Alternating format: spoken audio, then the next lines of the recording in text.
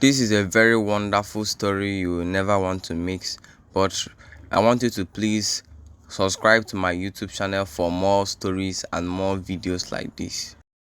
Brian is a very young and talented artist and also a musical instrumentalist, which is based on violin. He's very skilled in playing violin and he was also gifted, so he was recognized in his state. There was something about this young man that made people to hate him a little bit, and that was his arrogance, his pride, because he felt that he was special and a lot of people could not match up to his standard, so he placed them underneath him and commanded everybody as his slave because of he was very gifted and very talented, and the people had no choice then but to always invite him to the orchestra to come and minister. The guy Brian was so good in what he was doing that everybody loved it, but they never loved him. You guys, get this thing done. I want to get out of here. Can't you get this thing done? Let's get out of here. Must you stress me a lot? You guys are super crazy. A lot of you should leave this choir because I don't know what so many of you are doing here because you don't know anything. Brian was shouting at the choir because they did not cope very well in the rehearsals. He was so mad at everybody, and when he left the stand and when he went inside, his friend, who is also a bass guitarist and also an instrumentalist and also a vocalist, but was not as gifted as Brian, James, came and told him, Brian, with all these things you are doing, do you think it is fair? Do you think that God loves it the way you are doing it? We know you are gifted, but you have to take it little on people, and you are just high. And let me tell you the truth, you have pride. And Brian replied, you are so stupid and rude. I know you have been jealous of me all this while. You have been jealous of me and how I've been recognized in the States. But who's to you, I will be growing more and more, and you cannot do anything about it. Do you think I have pride and I stay with you people over here training your choir when I should be recognized at the national and even in the international level? James left Brian sad, heartbroken because of what Brian told him. A little more days after that incident, a tragedy occurred to Brian, which led him to go to the hospital, and he went for a checkup, and he later discovered that he couldn't hear any longer. His both ears were blocked. He had an effect in the eardrum, as explained by the doctors, so he have to wear hearing aid for him to hear a little, but it will be very hard for him to hear at all. After Daniel got deaf, his life started changing. Things began to decline, and he stopped getting invitations for ministration in places.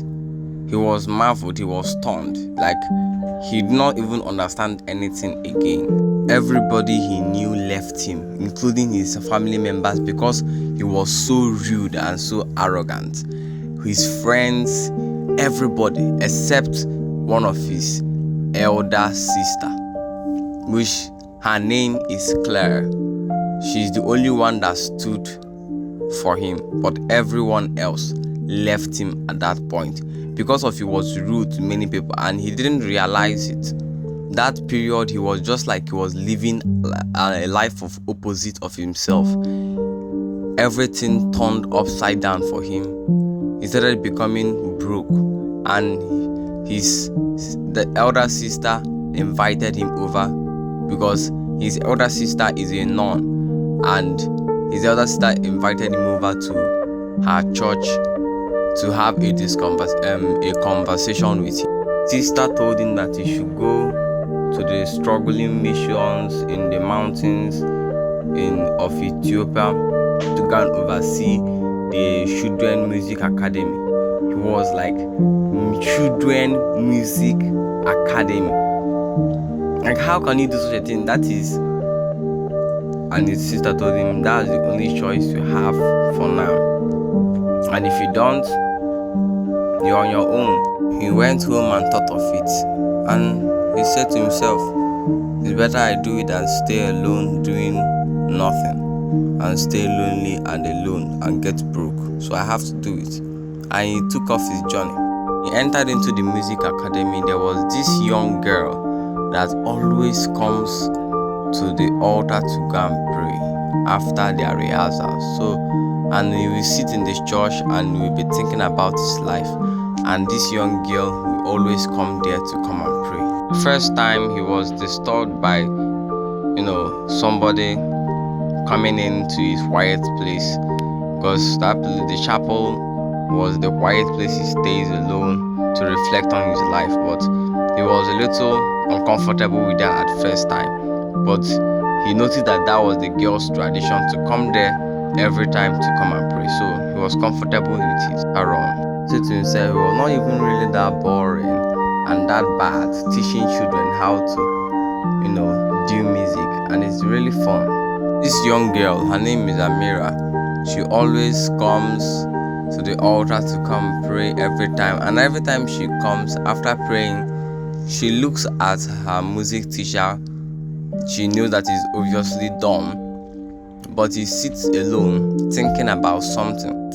So she thought it might be about his health issue that he's thinking of, and tried, to speak to him, and because she knows how to speak deaf language, the sign language, she knows how to do it.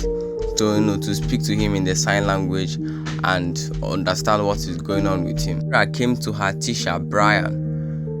She made sign to him for him to speak up on what his problem is. And Brian first thought to himself, who is this little girl I will start explaining myself to? But he brought himself down and started explaining everything that happened in his life to Amira.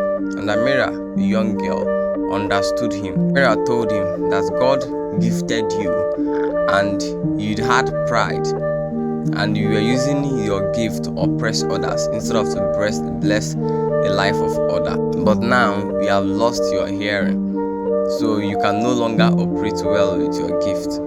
But you still thank God that you have grace. Grace is always there for us. Jesus Christ died for us and left his grace behind. So you still have grace. You can still apologize to your Father in heaven and then play the instrument with the melody from your heart, even though you cannot hear it.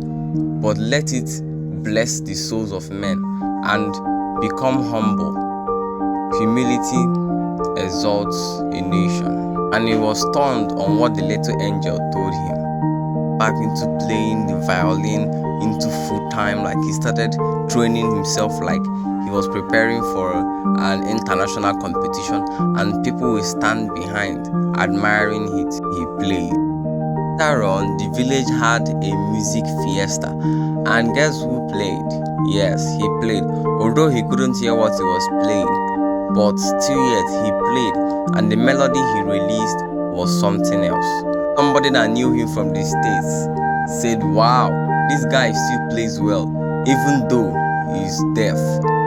I will go and tell everyone I know. He went back to the city and told everybody, told them that there is this deaf guy that still plays the violin so well. And they were like, we want to see him.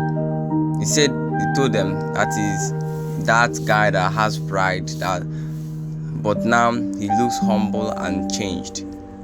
And they said, yeah, his friends, concluded that they will take care of him and bring him back to the city to continue his music career. When he was discussing with, his old friends, Later on, the man, because of his welding, sponsored him, and he later ministered as a deaf guy in the National Music Fiesta.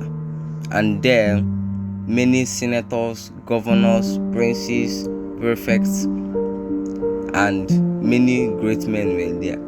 And some of them decided to make him reach the globe. And that was the end of the story of this young guy called Brian, who is a violin expert and also deaf, but still never gave up on his faith.